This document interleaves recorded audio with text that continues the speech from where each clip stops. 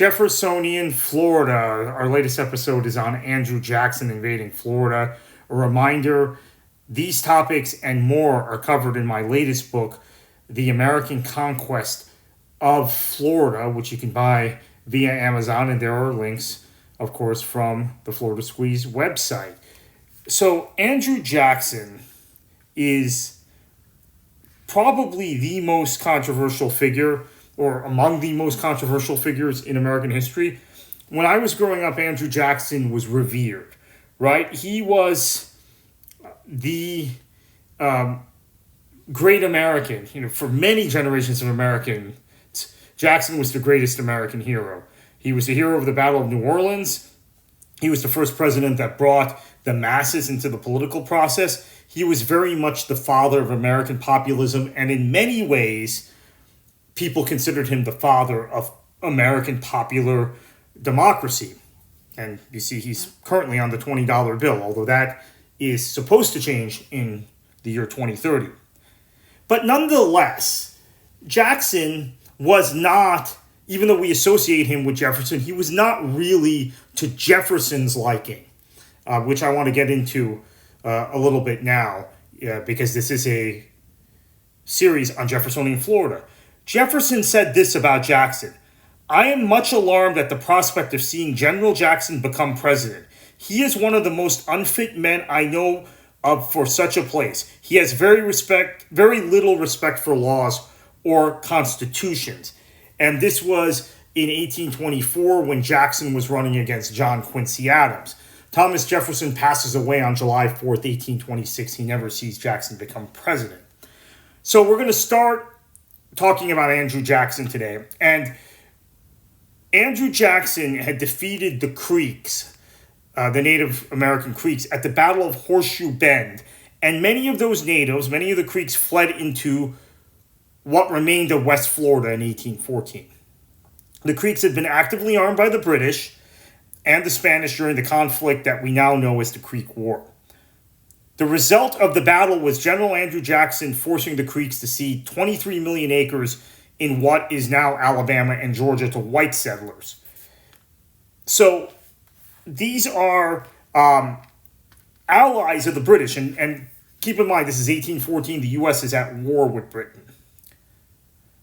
Jackson chose to pursue the fleeing Creek into Florida. It's worth remembering at this time that Jackson is an Anglophobe of the highest order, right? He blames the British for everything.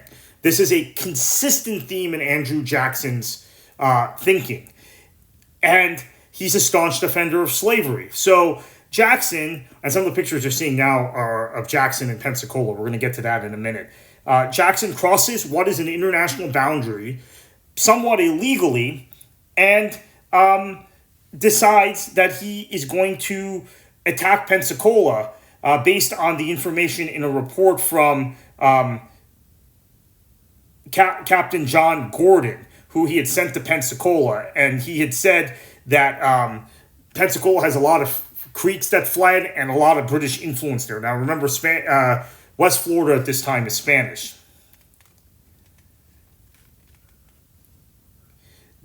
Spanish decided that they didn't want to be drawn into this conflict, especially because the war in Europe had just ended and Napoleon had been exiled to Elba. This is Napoleon's first exile. But the British had already stationed troops in Pensacola, and there were a lot of British weapons with the Creeks anyway. So the Spanish pushed the British to leave town, but the British and their native allies, along with several runaway slaves, continued to occupy two outlying forts in Pensacola: Fort San Carlos and the battery at Santa Rosa Punta de Sigüenza. Today, these are Fort Barrancas and Fort Pickens, two famous forts that are part of the Gulf Islands National Seashore. The Americans brought overwhelming numbers of troops to Pensacola, and fairly quickly, the Spanish governor of West Florida, Governor Mateo Gonzalez Manrique, surrendered in order to assure the town would not be destroyed. And this is, you see Jackson attacking Pensacola in this drawing. Many Spanish troops left the city, but some of them joined the British troops that were in the two outlying forts. And if you know the geography of Pensacola, you know Fort Pickens is on Santa Rosa Island. Fort Barrancas is west of the city, close to the Alabama line, actually. On November 7th, 1814, Jackson began his assault on both forts. But on November 8th, the British abandoned both forts and retreated towards Mobile. And they blew up the forts on their way out, which you're about to see. This is them blowing up the fort, which is now Fort Barrancas. On the site of Fort Barrancas, they flee. They go a little west to Mobile, which is not that far west of here, right? Maybe 50 miles. Pensacola was now effectively in American hands, but since Jackson needed to move on, he returned it to the Spanish, which I guess was why this didn't become the sort of incident, the next thing that we're going to talk about in the next video with Jackson violating Spain's sovereignty is. He hands it back to the Spanish, and he says to the Spanish, I'm giving you back the city as long as the British don't return. And the Spanish promised that the British won't return. Jackson's army moves on towards New Orleans to protect that city from the inevitable British attack, which we knew at the time, which he knew was coming, and which came the next month. So Jackson gets his army. They move on. They pass Mobile. Mobile, of course, the British are in Mobile. There's a skirmish there, but then they defend New Orleans, and they are able to they're able to win that Battle of New Orleans famously. Jackson abandoning Pensacola would be used against him by his opposition at times.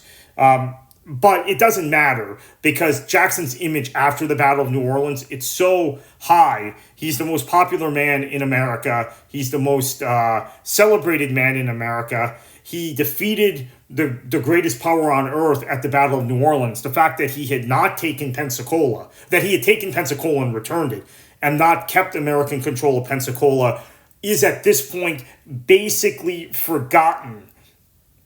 But there are people in official government circles who continue to mistrust Jackson, and there are people in official government circles who say, you know what, maybe Jackson should have kept Pensacola, because we, at this point, remember, the United States has seized the former Republic of West Florida, and then they've annexed the areas including Mobile and what is now Gulfport and Biloxi, Mississippi. So all of this now all of that west of the Perdido River is now part of the United States.